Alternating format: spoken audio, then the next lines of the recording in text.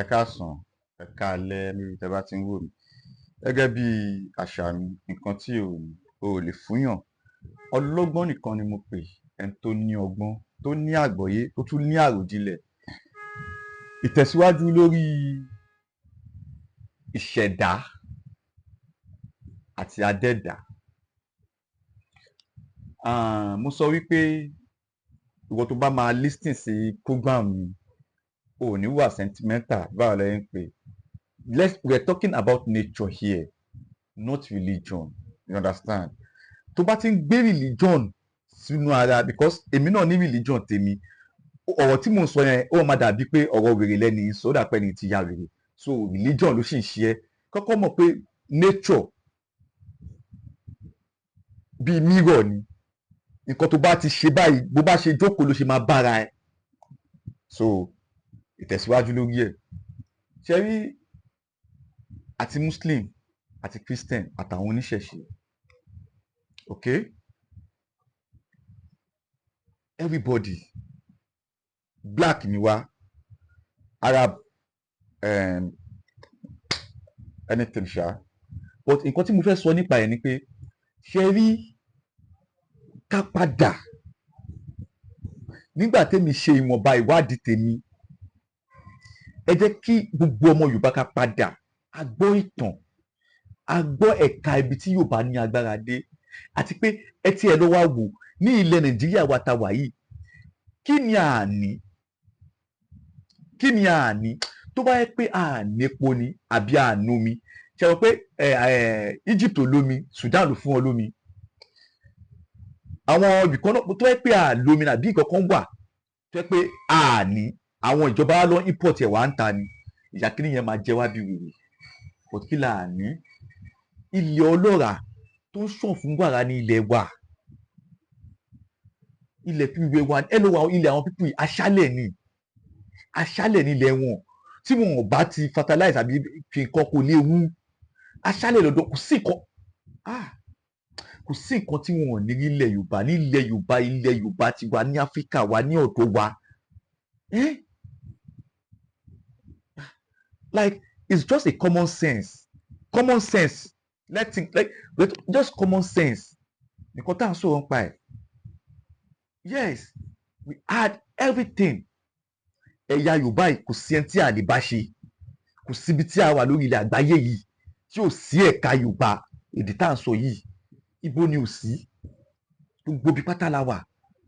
DNA ni èdè tó ń sọ yìí. Mi ò mọ gbogbo mi làwọn àwọn oníṣẹ̀ṣe náà, bí àwọn Muslim ṣe máa ṣe sàláwà alẹ́ àsálàm, ó yẹ kẹ́yìn náà mọ ẹgbẹ́ nǹkan tẹ́ máa ń ṣe fún dùá o. Because tí ẹ bá wo ìwé ìtàn, listen o, we are not talking about Bible or Quran here, and we are not talking about Ifá or ẹbọ mbà àbí anything together. We are talking about nature. And number one, my nature is my DNA. Àwọn orí irun mi, bàbá mi, àwọn fọ́fọ́fọ́fọ́fádà mi, okay? I want to know about them. Wọ́n máa sọ story, ìlú ilẹ̀ ti wá, kí ló bí orúkọ ìlú yín, kí ló bí so let's go back, ká lọ ka story, ká lọ wá history. Gbogbo nǹkan tó ń ṣẹlẹ̀, ẹnìkan bá àwọn jiyàn sọ pé kí ló táwọn bàbá yín yẹn, gbogbo nǹkan táwọn òyìnbó ṣe yìí, gbogbo èmi làwọn fóònù, èmi làwọn fan, gbogbo èmi làwọn iná mọ̀nàmọ́ná, everything, mọ́tò, kí àwọn bàbá yín ò ní brain láti ṣe. Ẹni yẹn mi ò mọ̀ pé n fẹ́ dẹ́ni yẹn ló ń question yẹn sìn. Ṣé bí number one, ẹ ṣe kàánú sí pé ẹ lọ wo àwọn òyìnbó gbà tó máa dé ilẹ̀ Yorùbá, tó máa dé sí ilẹ̀ Yorùbá gangan, sí Ọ̀yọ́, tó máa dé sí ilẹ̀ Yorùbá generally, wọ́n ti bá wa ní pé àwọn bàbá ńlá bàbá wa ti ní form of government, wọ́n ti ní bọ́n ṣe ń tòlù, wọ́n ṣe ní ẹni tó bá ń jalè. ọ̀rọ̀ tí mo sọ ẹ lọ́gbọ́n nìkan ni kò understand o. Àwọn bàbá wa ò mọ̀kọ́ tó ń pè ní owó. Ní ayé ìwáṣẹ̀ a gbọ́ pé ìwọ tó bá níṣu wà lọ bẹ́ẹ̀ tó ní ẹ̀gẹ́, ìwọ tó bá nẹ̀gẹ́ wà like pàṣípààrọ̀ là ń ṣe. Àwọn òyìnbó yìí ló jẹ́ kí owó fẹ̀ mọ́ wa lójú, ló jẹ́ ká máa ta ìran wa dànù. Story for another day nìyẹn, mi ò fẹ́ lọ síbẹ̀ yẹn. So nature ni àwọn bàbá yìí, they are very welcome. Ṣé ìmọ̀ ilẹ̀ Yorùbá ni a ní ọ̀yàyà, a máa ń gbàyàn múra. Àwọn bàbá yìí lọ lùsgáàdì lọ fi wọlé sí wọn lára o. ọlọ́gbọ́n nìkan ni kó máa tẹ̀lé mi ká lọ. So they have their own form of government. Kò kí ń ṣe gbogbo àwọn bàbá àgbà yẹn, kò ń ṣe gbogbo wọn gbà yẹn ni babaláwo ló ń sin ẹbọ, ló ń ṣe ẹbọ, ló ń ní ayé ìwáṣẹ̀. Ayé àwọn tó pé àgbẹ̀ ni, ọlọ́dẹ ni, iṣẹ́ tẹ̀ ń ṣe nídìílé yìí ni àwọn kan aṣọ lọ́hùn, kò ń ṣe gbọ́n ló ń sin Ṣàngó, ló ń sin Ọya. Ẹlòmíì wà ó kàn jẹ́ normal person. Ìyá àbíyè wà, ìyá àbíyè tó kọ́ gbẹ̀mí, ẹ̀yìn sì yẹn díẹ̀ bẹ̀rẹ̀ sí ṣe operation, bẹ̀rẹ̀ sí ní pé operation, àwọn ilẹ̀ Yorùbá, mo ṣe fìlà forí adé. Yorùbá, ẹ jọ̀ọ́ ibi tí mò ń lọ ó máa gùn gan, ó máa pẹ̀ka gan. Mo àtúnfẹ́ sáré ya bí wọ́n ní mò ń gbọ́ tán sọ pé àfáà òun ni bàbá ọba. Ẹ tú dànù, ẹ má sọ bẹ́ẹ̀ mọ́, ẹ má sọ bẹ́ẹ̀ mọ́. Òyìnbó ló dé, kò dẹ̀ tún ṣe òyìnbó náà, story for another day ni. Ó ti yẹ yín, ó gbé fọ̀ translator, òun ló ta àwọn bàbá wa. Àwọn òyìnbó yẹn ló dẹ̀ manipulate wọn. Ó gbé fọ̀ ni. Kí ni ìtumọ̀ government ní Yorùbá? Ìjọba ni, ìjọ àwọn lọ́ba ni. Àwọn ọba yẹn lẹ́yìn wá lé sẹ́yìn, ẹ wá lọ ń ṣèjọba yín ní ọ́fíìsì. Story for another day nìyẹn, mo fẹ́ yabẹ̀ yẹn. Ta ló gbọ́? Ṣé tún padà síbẹ̀? Government in Yorùbá ó pè ní ìjọ lọ́ba ìjọba. Báwo ni ìjọba àwọn ọba ò ní sí nípò ní ìtumọ̀ ibi tẹ́ pè ní ilé ìjọba? Ẹ̀yin lẹ wá ń ṣèjọba bẹ́ẹ̀, ilẹ̀ tí wọ́n á pín owó lé àwọn ọba wa lọ́wọ́. Nǹkan tí àfáà náà fi dìde nìyẹn, tó fi ní pé àwọn ni bàbá ọba. Muslim ni mí o, but ẹ má jẹ́ kí n wá fún yín o. Ẹ ń ṣe bàbá ọba, àfáà kọ́ ni bàbá ọba, àfáà òun kọ́ ni bàbá ọba.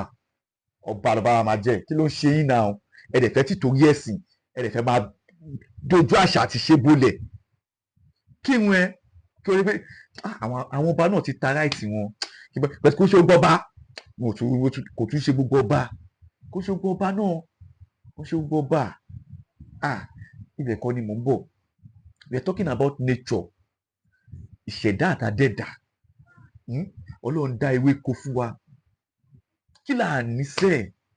Kí là ní? A ní nǹkan tẹ́ pé a máa gbé ayé kọ́ wá wò. Tourist center ló yẹ kí gbogbo ilẹ̀ Yorùbá jẹ́. Ọlọ́gbọ́n nìkan ni kó máa bá mi kọ́. Tourist center ló yẹ kí ilẹ̀ Yorùbá jẹ́. But ṣíríkù, mámọ́nì, èṣù, ó ti jẹ́ káwọn ọmọ wa fọ́ká, ó ti jìnnà sí kinní yẹn. A nílẹ̀ wa. Omi sẹ̀mìsẹ́mì tó lọ́ mú Mẹ́kà, àwa náà lómi sẹ̀mìsẹ́mì ní ọ̀dọ̀ wa ń bí báyìí.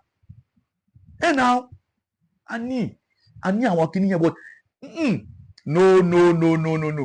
Ọlọ́gbọ́n nìkan ni kó máa tẹ́tí, kó máa gbọ́ ọ̀rọ̀ mi. Don't come for me. Let me tell you something. Boys, bọ́yẹ ní pé tó bá mú mi sẹ̀mìsẹ́mì, tó bá ń wọ́ ọmọ, tó bá bímọ, tó bá mú sẹ̀mìsẹ́mì, ó máa lóyún, ó máa bímọ. Mo believe òótọ́ ni. Tí o bá lóyún tó bímọ náà, tó bá lọ gbomi Ọ̀ṣun, táwọn ọlọ́ṣun bá bẹ́ ṣe bí ẹ̀pọ̀ ẹ̀kọ́ bẹ́ẹ̀ ṣé o máa lóyún, máa bímọ náà. Ó gbà. Ẹ̀ ń ṣeré jumping.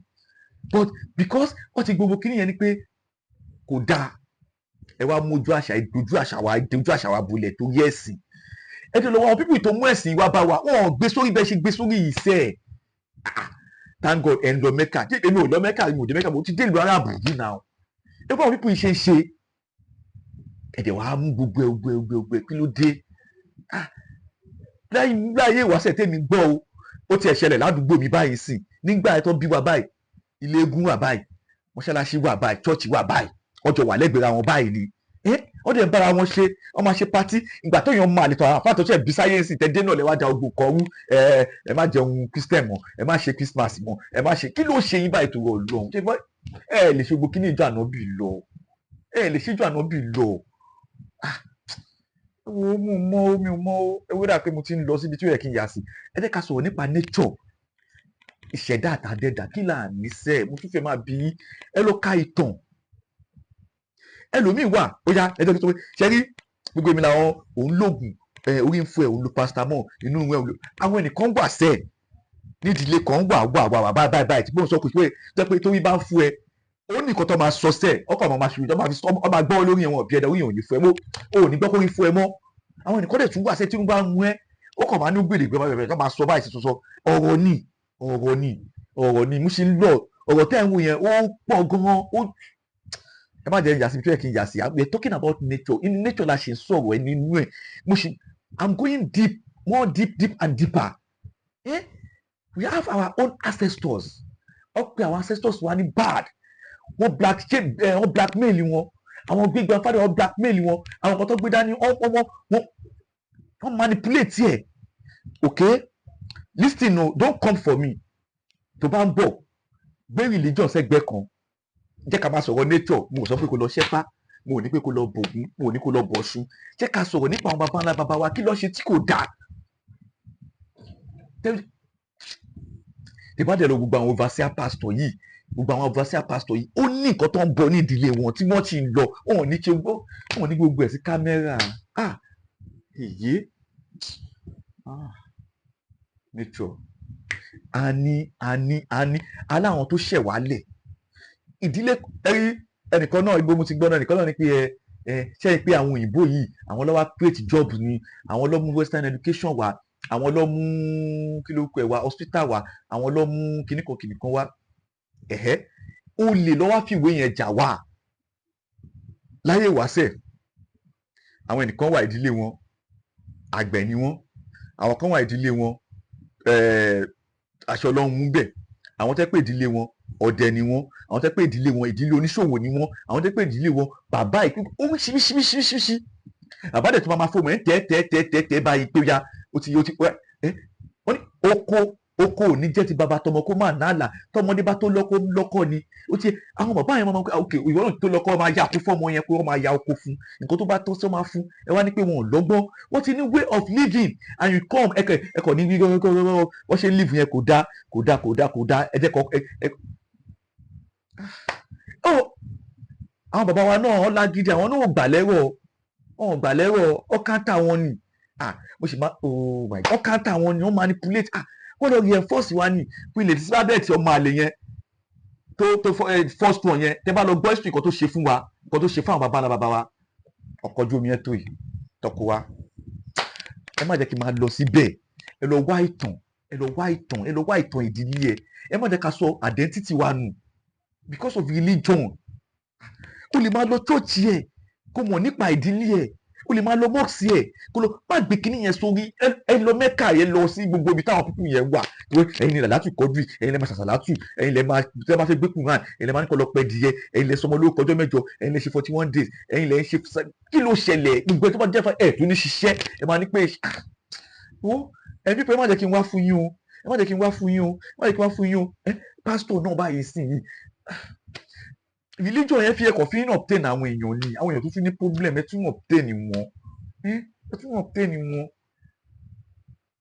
ṣé ó yà Jésù mox ṣé mi ò lè kí ìhun ilé mi kọ́ lọ́hún gbà ni àbí ṣé ìwọ̀n ò lè ṣe church inú ilé ẹ̀kọ́ ó nígbà tó bá débẹ̀ tó wá fi owó ọ̀fìn ilẹ̀ ibo lẹ́ ń kó ọ̀fìn yẹn lọ ibo lẹ́ ń kó wàsálàtù lọ àwọn tó yẹ pé òun náà ń wojú rere àwọn èèyàn ni ó ń wá àtijọ́ àti ìgbó náà máa ti gbà àwọn àfáà náà sì wọ̀n tiẹ̀ àwọn anybody bá ti fẹ́ ṣàbàyà ó ti bí pé agunmu òwò lòún fẹ́ gbé kí ló dé ẹ̀yin kọ́ mo ẹ wo sorry pé mo wá mo yà sọ́dọ̀ yín ẹjọ́ mi ẹ̀yin kọ́ mo wá bá we are talking about nature here natural so tẹ bá gbé mẹ́tẹ̀ẹ̀ta wò ìgbọ́ ló máa wá decide nínú ara ẹ wàá ṣe wàá gbé tó mú ẹ wọ̀ no má wí pé listen religion or no religion mo ti sọ màá tún sọ I'm a religiously person mo èmi náà mo lẹ́sìn tèmi tí mo